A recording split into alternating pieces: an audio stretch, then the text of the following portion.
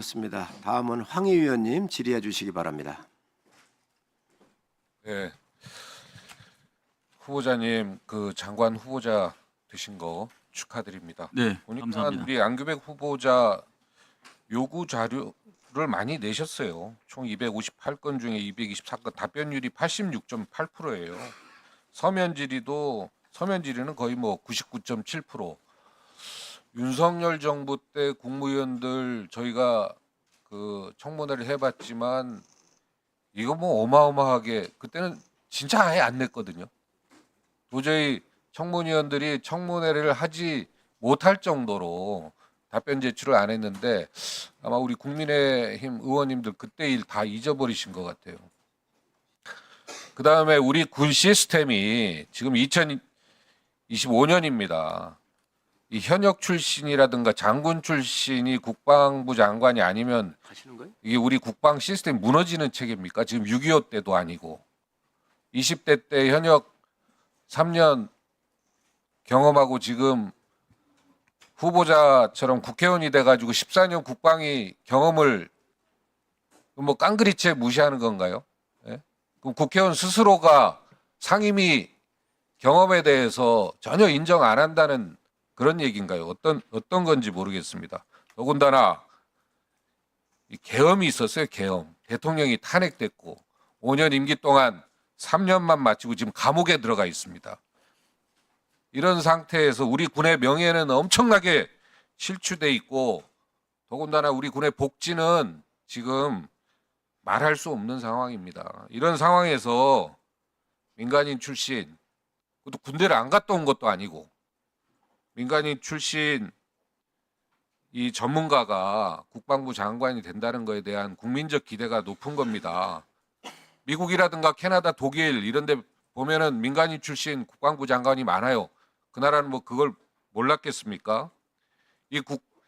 요즘에 그 국방이라는 것은 군사 정책을 넘어서 군과 민간과의 관계도 있는 거고 외교 문제도 있는 거고 사회 전반적인 이런 시각이 좀 거시적인 시각이 필요한데 이럴 때는 이제 후보자 같은 그런 경험 있는 정치인 출신 그것도 국방위 14년이나 한 이런 분들이 제격이 아니겠습니까? 후보자께서 이게 보면은 군령을 관장하는 지휘관들 많이 있잖아요. 그죠? 합참 의장도 있고 삼군 총장도 있고. 근데 이제 네. 국방부 장관은 군정과 군령을 모두 지휘하는데 이게 보면은 지금 청와대 안보실장을 중심으로 외교부 장관이 있고 국방부 장관이 있는 거란 말이에요. 네, 그렇습니다. 안보실은 경제 안보 이제 외교부의 경제가 공식적으로 업역에 포함된 거 아닙니까? 그래서 외교부 장관이 경제 안보를 담당하고 국방부 장관이 이제 국방 안보 이걸 담당하면서 이렇게 가야 되는데 저는 오히려 거꾸로 이제 민간인 출신 국방부 장관도 되셨으니까 민간인 출신 국방부 장관의 정치 외교적 역량, 경험 이런 것들이 좀 우리 국방부에 좀 반영돼야 되는 거 아닌가. 그래서 실제로 외교부 장관이 외교 현장에서 경제와 외교를 다 담당하고 있단 말이에요. 물론 안보실장이 컨트롤 타워 역할은 하지만 실제 국방부 장관도 이제는 좀 대외 관계에 있어서 역할을 좀 해야 되는 거 아닌가 이런 생각이 드는데 한 절반 정도는 외교부 장관 역할을 해야 된다는 거죠. 그런데 지금 보면은 이 대외 관계에 있어서는 법적 근거가 없고 대통령령으로만 정해져 있습니다. 그렇습니다. 우리 이제 예, 국방부 장관이 되시면 실제로 민간인 출신의 국방부 장관은 군사 정책을 넘어서 여러 가지 그 외교 복잡한 외교 현안, 사회 전반적 시각 이런 걸 다 포괄할 줄 알아야 되는데 여기에 대해서는 어떻게 생각하십니까? 네, 의원님이 질의하신 일반인의 시각에서 봤을 때 기대와 우려를 잘 알고 있습니다.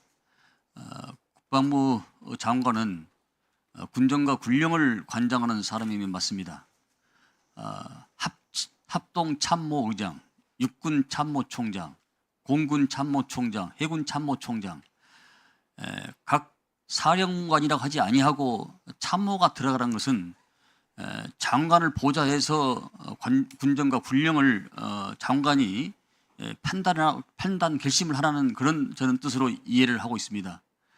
만약에 장관이 된다면은 군이 볼 수 없는 민의 시각에서 더 넓고 더 크게 보도록 하고 안보 태세에 빈틈없이 하도록 진력하겠습니다. 네, 오늘 저는 그 민간인 국방부 장관으로서 앞으로 기대할 수 있는 여러 가지 내용들에 대해서 줄곧 이렇게 좀 질의를 이어갈 작정입니다. 그동안 우리 국방부가 해결하지 못한 군내 복지 문제라든가 또 대외관계 분야라든가 이런 부분들에 있어서 국방부를 어떻게 보면 바람막이가 돼주고 오히려 우리 군의 명예를 더 높여주고 군과 민간과의 관계를 더 긴밀하고 더 신뢰가 높게 할 수 있는 그런 여러 가지 국방부 장관으로서의 역할들에 대해서 오늘 계속 질의할 예정입니다.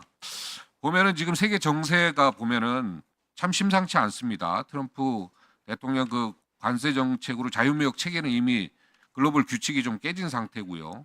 또 환경적 가치가 무역 장벽화되고 있고 또 한정된 자원이 또 무기화되는 경제안보 시대입니다. 기술이 또 너무 빠르게 고도화되고 있기 때문에 기존의 규칙과 질서들이 채 자리 잡지 못한 상황에서 계속 진행되고 있고 각자 도생의 시대에서 다양한 연대와 또 패권 구도가 새롭게 자리 잡고 있습니다.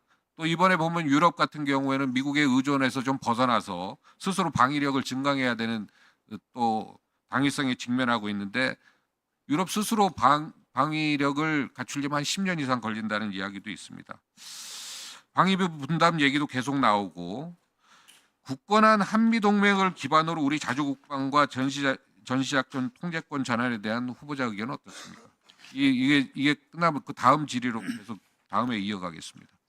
전작권 전환 문제에 대해서는 2006년부터 한미가 합의한 상태에서 여러 가지 평가와 주기적으로 평가와 이런 단계를 거쳐서 우리 군의 피나는 노력으로 상당한 성과를 이뤘다고 알고 있습니다.